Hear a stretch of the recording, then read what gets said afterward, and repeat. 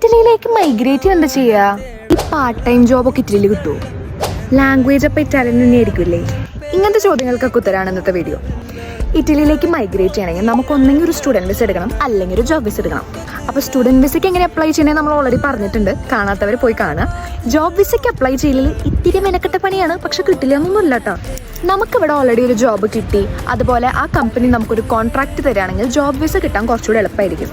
Part time ജോബിന്റെ കാര്യം പറയുകയാണെങ്കിൽ റീജിയൻ അനുസരിച്ചിരിക്കും. ഹോം മിനൽ പോലത്തെ സ്ഥലങ്ങളൊക്കെ ടൂറിസ്റ്റ് സ്പോട്ടുകളാണ്. കൂടുതലും നോർത്തിലോട്ട് പോകുമ്പോഴത്തേനും നമുക്ക് ലാംഗ്വേജ് അറിയില്ലെങ്കിലും പാർട്ട് ടൈം ജോബ് കിട്ടാൻ സാധ്യതയുണ്ട്. ചില സ്ഥലങ്ങളിൽ അവിടുത്തെ ആൾക്കാർക്ക് ഇറ്റാലിയൻ മാത്രമേ അറിയുള്ളൂ.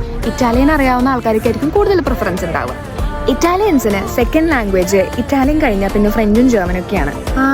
അപ്പൊ ഇറ്റലിയിലേക്ക് വരണമെങ്കിൽ ഇറ്റാലിയൻ അറിയണമല്ലേ? നിർബന്ധമില്ല. എനിക്കിപ്പോൾ ഇറ്റാലിയൻ അറിഞ്ഞിട്ടാണോ? സ്റ്റുഡന്റ് വിസയിൽ നമ്മൾ ഇങ്ങോട്ട് വരികയാണെങ്കിൽ ഇംഗ്ലീഷ് ടോട്ട് കോഴ്സുകളാണ് എടുക്കുക. അവിടെ ഇറ്റാലിയൻ്റെ ആവശ്യം വരുന്നില്ല. പിന്നെ നമ്മുടെ ക്വാളിറ്റി ഓഫ് ലിവിംഗ് ഇൻക്രീസ് ചെയ്യാൻ വേണ്ടിയിട്ടും നമ്മുടെ ഒരു ഈസ് ഓഫ് കമ്മ്യൂണിക്കേഷന് വേണ്ടിയിട്ടും ഇറ്റാലിയൻ പഠിച്ചു കഴിഞ്ഞാൽ നല്ലതാണ്.